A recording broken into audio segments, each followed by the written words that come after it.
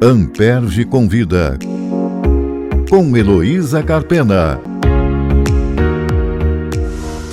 Amperge Convida é um programa sobre o Ministério Público do Rio de Janeiro, suas histórias e seus personagens, e é destinado não apenas àqueles diretamente envolvidos com a instituição, promotores, procuradores e servidores, mas a toda a sociedade que ele representa. Em linguagem simples e direta, vamos tratar de temas relacionados à atuação do MP, entrevistando os protagonistas dessa história.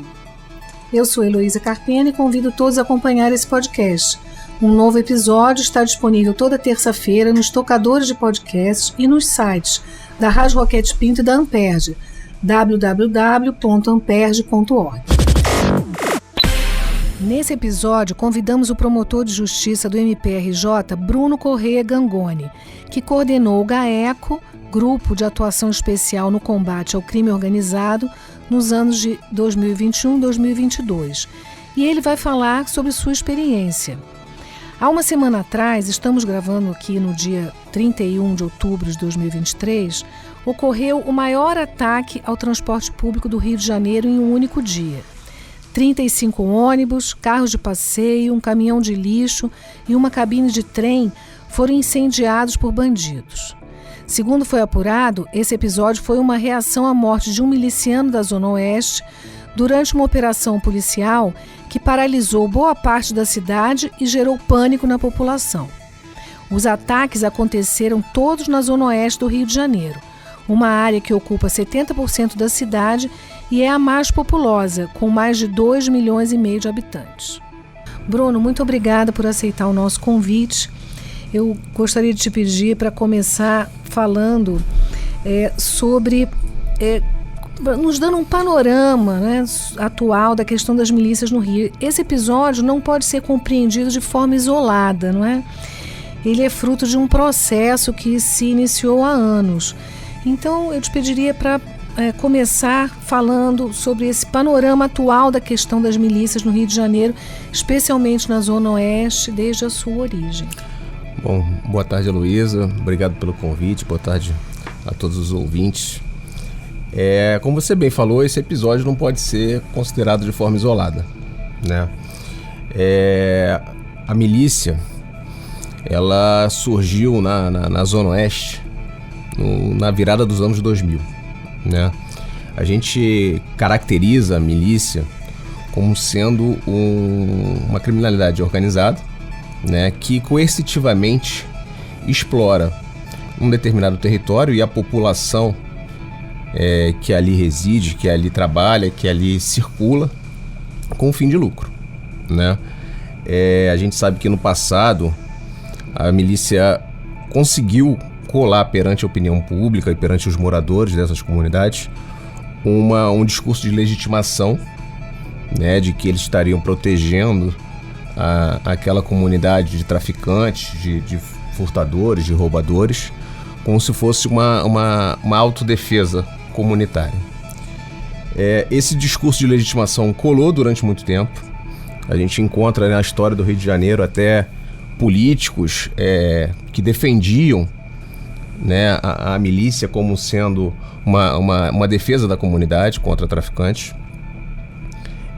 Mas quando a gente estuda, quando a gente aprofunda o estudo, a gente percebe que esse discurso sempre foi falso, né? A gente tem estudos que demonstram que grande parte das áreas que hoje são dominadas por milícia nunca foram dominadas pelo tráfico antes. Então o que há é uma expansão territorial, né, com a exploração de cada vez mais atividades econômicas, né, sequestrando mesmo aquela população que fica refém, dado a imposição da força, fica refém daqueles criminosos, né? Então a milícia da Zona Oeste, ela se cria com o nome inicialmente de Liga da Justiça, né, tendo principalmente como seus líderes ex-policiais, Jerominho, Natalino e o Ricardo Cruz, que era conhecido como Batman, daí o nome Liga da Justiça, né? E naquelas casas que pagavam a taxa de segurança, era colocado um adesivo do Batman para marcar realmente as casas que pagavam a taxa de segurança. Isso na virada dos anos 2000. Esse fenômeno vai se expandindo até que em 2005 pela primeira vez a imprensa abre os olhos e fala assim, opa, tá acontecendo alguma coisa errada. Então a jornalista Vera Araújo é aquela primeira jornalista que faz uma matéria em 2005 já dizendo que 42 comunidades haviam sido tomadas por policiais e ex-policiais militares. Isso já na Zona Oeste? Já na Zona Oeste, tá? Mas ainda assim, a milícia era vista como um mal menor. A chave só muda quando em 2008 os jornalistas do Dia são sequestrados por milicianos da favela do Batã, né? Eles são sequestrados e aí a sociedade de uma maneira geral percebe o perigo que está por trás da milícia. Em 2008 é instalada a CPI das milícias na Alerj, né? E aí a gente tem o primeiro fenômeno, primeira quebra, primeira mudança na milícia da Zona Oeste. Jerominho e Natalino acabam presos e assume de 2008 a 2014, sucessivamente, a milícia ela é comandada por 3 ex-policiais militares. O Batman, o Ricardo Cruz, com a sua prisão vem o Tony Ângelo e depois o indivíduo conhecido como Gão, tá? Isso de 2008 a 2014. Então você tinha nesse período principalmente a exploração de transporte alternativo, gás e taxa de segurança. Era o tripé nesse período até a prisão do Gão em 2014. Já demonstrando aí o vazio, né, a ausência do Estado que propicia o florescimento dessas distorções, não é isso? Com certeza, né? Com certeza. A milícia cresceu num vácuo do Estado, né? E a milícia cresceu também numa distorção que existe quando você pega os números, os dados da Secretaria de Segurança, cruza com outras plataformas, você percebe nitidamente que as áreas dominadas por milícia são alvos de muito menos incursões policiais, muito menos operações policiais do que as áreas dominadas pelo tráfico de drogas.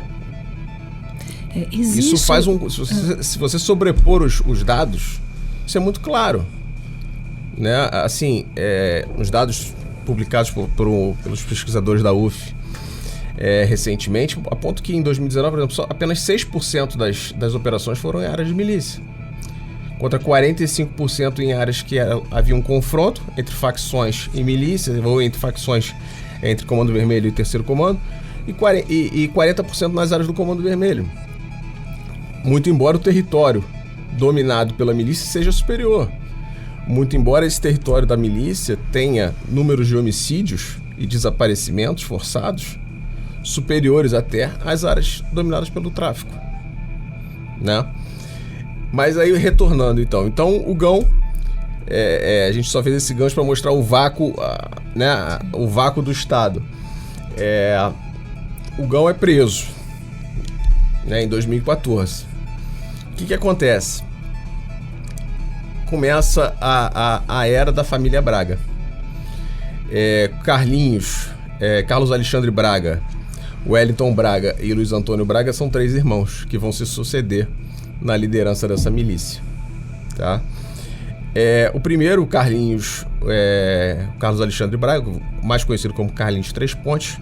Quem era o Carlinhos Três Pontes? O Carlinhos Três Pontes, ele era um traficante da favela de Três Pontes, em Paciência, ligado ao Terceiro Comando Puro. Mas ele passa a integrar a milícia da Zona Oeste e vira miliciano. Com a prisão do Gão, tem obviamente uma disputa pela liderança, mas ele assume a liderança da milícia, isso em 2014. E vai ficar na liderança até 2017, tá? Ele, como ex-traficante, ele começa a tolerar a venda de droga nas áreas dominadas pela milícia, como ex-traficante que era ligado ao terceiro comando. Com a sua morte, quem assume é o Wellington Braga, vulgo Eco. Só a milícia, que se chamava Liga da Justiça, muda de nome quando o Carlinhos Três Pontes assume, passa a se chamar a milícia do CL, em alusão a Carlinhos, 3 Pontes. E depois o bonde do Eco, quando o Eco assume em 2017. Quando o Eco assume em 2017, essa milícia tem uma grande expansão territorial. A gente identificou assim uma aliança do Eco com o Terceiro Comando para tomar territórios que eram dominados pelo Comando Vermelho. Então, de 2017 até 2021, você vai ter uma grande expansão dessa milícia, uma grande expansão territorial dessa milícia. Ela vai para Santa Cruz, ela vai para Seropédica, ela vai para Nova Iguaçu, vai para Queimados, pega Costa Verde. E você tem uma grande, um grande aumento do leque de atividades exploradas pela milícia. A milícia realmente se expande bastante na mão do Eco. 2021, no dia 12 de junho de 2021, o Eco é morto numa operação policial. Quando o Eco é morto, logo se inicia uma disputa entre os integrantes da milícia para quem que vai ser o novo líder daquela milícia. Quem acabou assumindo a liderança da milícia foi o terceiro irmão Braga, né, o Luiz Antônio Braga, conhecido como Zinho. Só que o Zinho, ele não era um homem de frente na milícia do Eco. Ele cuidava mais da parte financeira, da parte de logística. Então, isso criou um racha na milícia. E é isso que está acontecendo hoje em Campo Grande, na Zona Oeste. E vai refletir no que aconteceu no incêndio dos ônibus. Tem um primeiro racha da milícia, porque o Danilo Tandera, que ajudou o Eco a expandir a milícia para a Baixada, rompe com o Zinho. Então tem esse primeiro racha. E quando a gente fala em racha, obviamente, assim, não é cada um vai para um lado e cada um fica com a sua parte. Não, eles se separam e tem disputas, guerras entre eles. Então o número de homicídios na região explode, tá? E depois os próprios núcleos do Zinho na Zona Oeste e o Tandera na Baixada se subdividem. O Tandera passou a ser alvo de várias operações, o Zinho também, e aí o Tandera se enfraquece bastante e a milícia dele se subdivide. Então hoje você tem um indivíduo que é responsável por Nova Iguaçu, que é o Juninho Varão, você tem um outro que é por Seropédica e o Tandera está mais enfraquecido. E por outro lado, o Zinho está enfraquecido. Na própria Zona Oeste, houve uma outra subdivisão com o indivíduo, com o Natan, conhecido como Nanã, querendo também atacar o Zinho. Então, o que aconteceu? O que se noticia aí? Que o Zinho teria se aliado com o Comando Vermelho para proteger o seu território. Assim, eu tenho tenho muita cautela nisso, tá, sabe? Até porque essas relações são muito fluidas, tem toda hora um trai o outro, pula de lado, então as coisas são muito fluidas e acho perigoso cravar uma coisa dessa, né? Mas eu gosto, assim, o que é importante deixar registrado, assim, que todas essas pessoas que eu citei, todas elas tinham mandados de prisão, né? Então o Ministério Público, através das promotorias de investigação penal, das PIPs e através do GAECO, ofereceu denúncias, seja investigações próprias, seja investigações em parcerias com a Polícia Civil, com a Polícia Militar, com a Polícia Federal. Todas essas pessoas tinham mandado de prisão em aberto. Desde lá do início, lá do Jerominho até o último, até o Nanã, esse último que eu falei, todos eles já foram alvos de denúncia do Ministério Público, né? Então, as PIPs fazem um trabalho muito importante, as PIPs do centro, da Zona Oeste. O GAECO, desde que da sua criação, sempre teve um foco muito grande na milícia, já denunciou centenas de Sim, eu quero falar disso. Quero que você explique para o nosso público, né, que nem todo mundo conhece a estrutura do Ministério Público, como é que as promotorias acompanham as investigações? O promotor vai a campo com a polícia? Como é que esses órgãos se articulam? Explica um pouco para a gente. Bom, o Ministério Público tem um poder investigatório, né? Então, a gente investiga a milícia de duas formas. Ou a gente faz isso através de um procedimento próprio, o PIC, né? E aí, na hora da deflagração, a gente utiliza as forças da CSI, se for possível, se não for uma área com a estabilidade muito, muito elevada. CSI, órgão do próprio Ministério Público. Isso. Ou se o terreno é muito instável, né, e precisa de mais força, aí a gente pede ajuda às polícias militar, Polícia Civil, Polícia Federal, seja o que for, né? E tem muitas investigações que as PIPs e o GAECO fazem em parceria com as polícias. Então, através do inquérito civil da polícia, ou o inquérito da Polícia Federal, ou até mesmo o procedimento da Polícia Militar, a gente, sempre que possível, a gente se vale, a gente une forças para combater a milícia. Promotorias de investigação penal, não é isso? Isso. Mas como são áreas diferentes e também fatos diferentes, eu imagino que seja frequente que mais de um promotor esteja atuando em algum caso envolvendo as milícias. Então, o GAECO é o elemento, é o órgão que centraliza esse trabalho, faz a coordenação entre os promotores? O GAECO ele atua sempre em auxílio ao promotor natural. Tá? Então, o promotor natural, querendo, ele pode pedir auxílio ao GAECO e o GAECO passa a desenvolver o trabalho. Qual é por que muitas vezes os colegas pedem o auxílio do GAECO? É pela questão da preservação do próprio promotor, né? No GAECO, por ser um grupo, né, a identidade do promotor fica preservada, né? Então, você tem essa questão da segurança pessoal do colega. Acaba que o GAECO se especializou muito no combate às milícias, né? A gente sabe que o volume das promotorias de investigação penal é muito elevado, né? Então, alguns casos mais sensíveis, o GAECO desenvolveu as investigações, mas existem colegas muito qualificados nas promotorias que também desenvolvem por conta própria. Falam, não, eu vou desenvolver a investigação, vou oferecer a denúncia, e eles desenvolvem a investigação, oferecem a denúncia normalmente. Mas existe então uma atuação coordenada, né? Não só reativa, mas que enfrenta, né, o problema a partir da sua origem. Tem, assim, o enfrentamento da milícia está até no plano plurianual do Ministério Público, né, de metas no combate. E o GAECO desenvolveu técnicas de investigação junto com as polícias, que as promotorias também têm essas investigações com quebras telemáticas, com buscas e apreensões, enfim.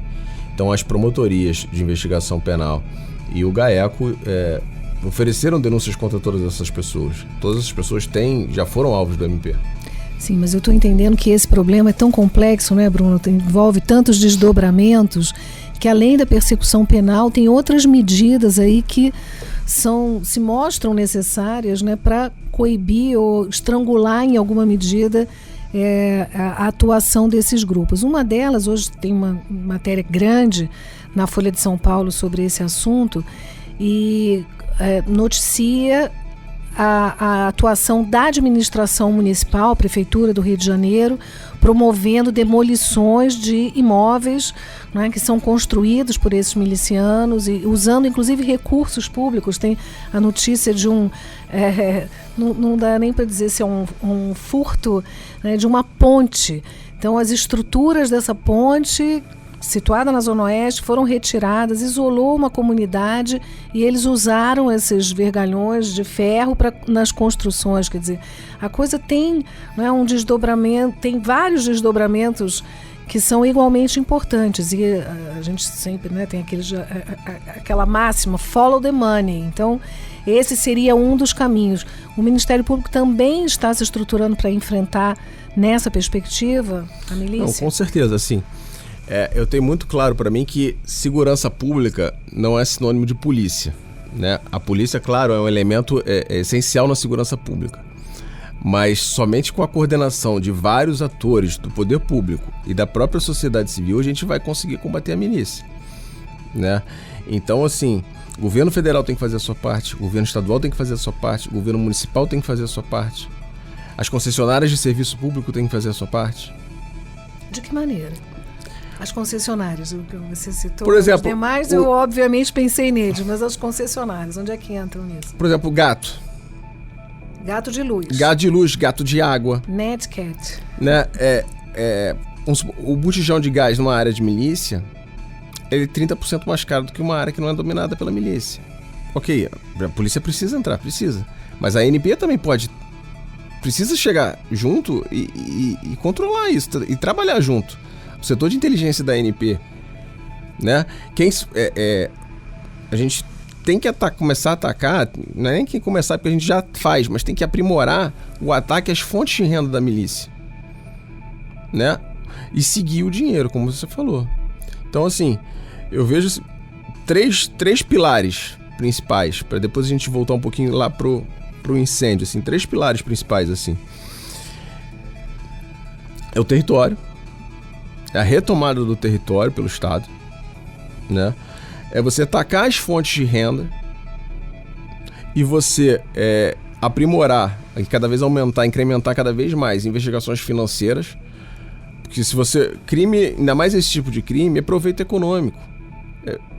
Se você tira o proveito econômico do crime, o crime deixa de ser interessante, eles estão atrás de lucro, né? Então, se você atacar as fontes de renda e conseguir identificar as formas de lavagem de dinheiro, tomar o patrimônio desses milicianos, isso para de ser interessante. E, com certeza, quando você fala de crime organizado, a corrupção de agente público. Era nesse ponto que eu queria chegar. Então, o Ministério Público faz a investigação, conduz a investigação, pode solicitar a Polícia Civil, enfim, ou Polícia Federal, até se for o caso, que proceda a diligências que o promotor vai solicitar e, em alguma medida, os próprios promotores, né, com seus órgãos de apoio, podem fazer essa investigação. Mas, de qualquer maneira, a atuação da polícia é importantíssima, né? Não tem como, o Ministério Público não tem condição de fazer essa investigação até ao fim e ao cabo. Então, como é possível contar com esse apoio se é sabido que esses agentes públicos estão, né, em muitos casos, há denúncias de que há corrupção policial e de outros administradores. Como é que isso pode se tornar realidade? Bom, eu acho que cabe ao Ministério Público intensificar, aprimorar cada vez mais o controle externo da atividade policial. E o Ministério Público tem que trabalhar muito para que o controle interno das polícias seja mais eficaz, seja mais efetivo. A gente fala muito em controle externo, e eu acho que a gente tem que começar a olhar também, lógico, é uma forma de controle externo você melhorar o controle interno, mas as corregedorias, elas têm que ser fortalecidas, elas têm que ser blindadas da interferência política, né? Infelizmente, a gente teve diversos policiais que foram afastados no período que voltaram com problemas sérios e retornaram para as fileiras. Então, a gente tem, eu vejo esses 3, lógico, não é fácil. Não tem uma bala de prata. Ninguém vai falar, não, tem que fazer isso. Não é isso. Não é simples. Mas eu acho que é por aí. É a retomada do território, a questão econômica, você atacar as fontes de renda e você tomar o patrimônio já amealhado de forma criminosa, né? E a corrupção dos agentes públicos. Infelizmente, principalmente na milícia, é uma característica da milícia, né? Essa participação de agentes do Estado. E há uma tolerância da sociedade, né? Você mencionou no início da sua fala, né? Inclusive políticos que se manifestaram a favor, na época era falar das mineiras, não é isso? Mas existe uma tolerância da própria sociedade ainda, você não acha? Eu vejo na Zona Sul, por exemplo, né? Ainda não são chamados milicianos, mas a segurança privada nas ruas. Isso não é um embrião de alguma coisa que vai se tornando com o tempo uma força, né, que adquire autonomia? Com certeza. E tipo assim, essa aparência de tranquilidade Isso aparece em pesquisas que foram realizadas. E a conclusão que se chegou assim como existe menos incursão policial em área de milícia, existe menos confronto. Se existe menos confronto, existe menos tiroteio. Então, essa aparência de tranquilidade que a população tem, da população que mora em área dominada por milícia tem, se atribui muito a essa ausência de confronto, essa ausência de tiroteio. Muito embora, de forma paradoxal, os números de homicídios e de desaparecimentos nessas áreas são elevados. Mas a população tem uma falsa aparência de tranquilidade. Por quê? Porque o número de tiroteios de confrontos não é tão grande quanto naquelas áreas dominadas por facções criminosas narcotraficantes, principalmente o Comando Vermelho. Mas talvez o episódio da semana passada tenha contribuído para mudar um pouco essa percepção, né? E tivemos, antes dele, a morte dos médicos na Barra da Tijuca. Fala um pouco sobre isso. Pois é, em 2023, na virada para 2023, vou começar pela morte dos médicos. Na virada de 2023, a Gardênia Azul, né, ali na Grande Jacarepaguá, que sempre foi, há 30 anos que ela é dominada pela milícia, ela foi invadida e não sei se invadida é bem o termo, mas enfim, ela virou uma área dominada pelo Comando Vermelho. Tá? Então algumas pessoas que eram da milícia da Gardênia pularam e viraram integrantes do Comando Vermelho. Principalmente, tipo assim, quem se destacou nesse episódio foi o indivíduo que é conhecido como Lesk. Ele era um miliciano da Gardênia, tá? E aí virou uma das lideranças do Comando Vermelho no local. Só que ao lado da Gardênia, você na Gardênia, logo atrás da Gardênia já começa Rio das Pedras, que ainda é uma área dominada por milícia. Então você tem uma área ali agora de muito confronto. Só na Araticum, uma rua que tem naquela região ali, mais de 20 corpos já apareceram esse ano na rua Araticum, desovados ali. E um dos milicianos de Rio das Pedras é o Tylon. Então o que aconteceu naquele bárbaro homicídio dos médicos? Um dos ortopedistas, ele foi confundido com o Tylon, que eles fisicamente se pareciam. Então o Lesk, para vingar a morte até de um outro miliciano, tá? E para matar uma das lideranças de Rio das Pedras, da milícia que está em disputa ali no território, ele junta outros criminosos e executa barbaramente os médicos ali no quiosque na Barra da Tijuca. Tá? Isso dentro dessa disputa que está acontecendo, que quando o Comando Vermelho assumiu a área da Gardênia, toda aquela região ali criou uma estabilidade. A região das Vargens, ali Vargem Grande, Vargem Pequena, que também sempre foi uma região dominada pela milícia do Zinho, milícia da Zona Oeste, agora liderada pelo Zinho, agora hoje em dia está com o Comando Vermelho. O Terreirão, favela que tem ali no Recreio, também era da milícia, né? Hoje você tem pontos de venda de droga do Comando Vermelho, você tem droga apreendida com etiqueta do Comando Vermelho dentro do Terreirão.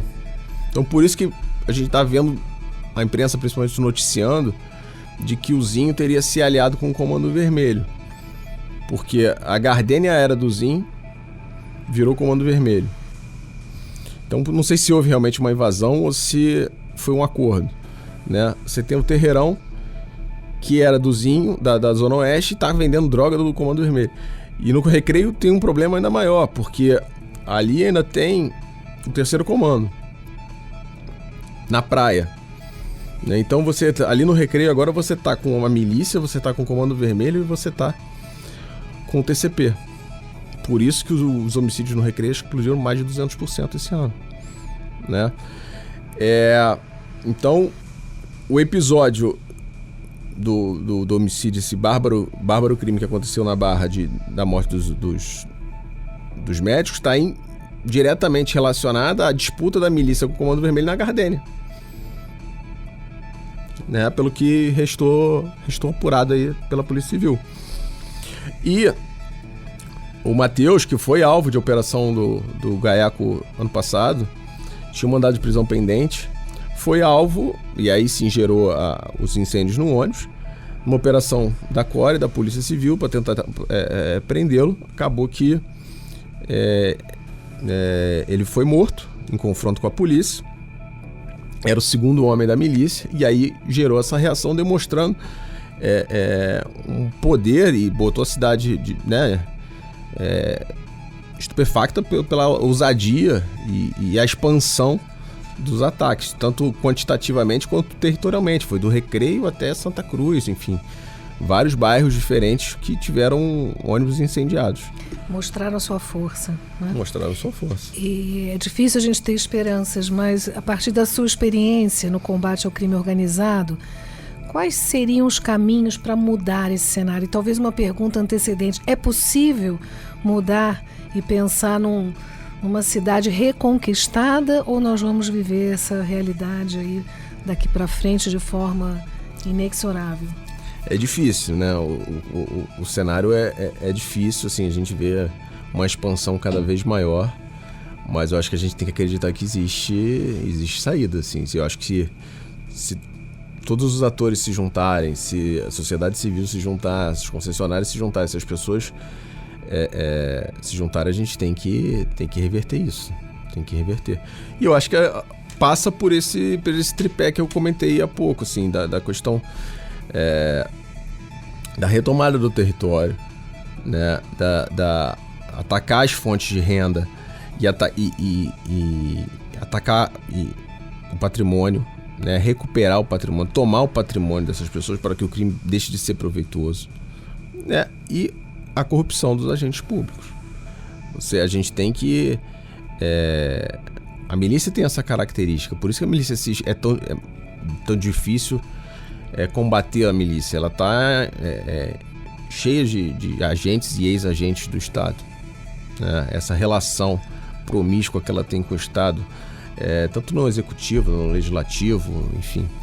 A gente já teve vários líderes de milícia que foram eleitos, né? Jeromim e Natalino são os mais famosos, mas tiveram outros, né? O Dinho de Rio das Pedras, tinha o Girão, enfim, outras pessoas que foram eleitas e que eram apontadas como líderes da milícia. O que aconteceu é que depois da CPI das milícias houve uma mudança, né? Assim, eles colocaram laranjas, né? Então hoje você não tem mais o líder da milícia sendo o candidato. Você tem uma pessoa ficha limpa que é candidato a um cargo. Ano passado, por exemplo, a gente prendeu o vice-presidente da Câmara de Nilópolis, vereador, líder da milícia de Nilópolis. Então, assim, isso mostra bem como a milícia está no seio do Estado. Na operação, acho que Rocha, o nome da operação, que a gente deflagrou em Nilópolis, né? Mas essa atuação, como você disse, tem que ser coordenada, né? Talvez o governo federal possa, né, estão se propondo a isso, fazer uma coordenação, né, entre todos esses órgãos para que o problema seja atacado em várias frentes. Você acha que isso é possível? Eu acho que é. Acho que não. Eu acho que toda ajuda é bem-vinda, né? Toda ajuda é bem-vinda. Eu acho que o MP do Rio tem uma expertise já muito grande. A Polícia Civil do Rio tem uma expertise muito grande no combate às milícias. Eu acho que simplesmente fala assim, vamos federalizar o crime de milícia. Acho que isso não vai resolver. Acho que tem que unir. O governo federal faz a sua parte. Forças Armadas faz a sua parte no controle das fronteiras, patrulhamento da Bahia. Faça a sua, né? E vamos unir COAF, Polícia Federal, vamos todo mundo junto. Não adianta também, o problema é que às vezes começa a disputa de ego, né, de poder, enfim. Mas acho que se todo mundo sentar na mesa e cada um fizer a sua parte, acho que o Estado é maior, o Estado é mais forte. Então a gente consegue. Muito bem.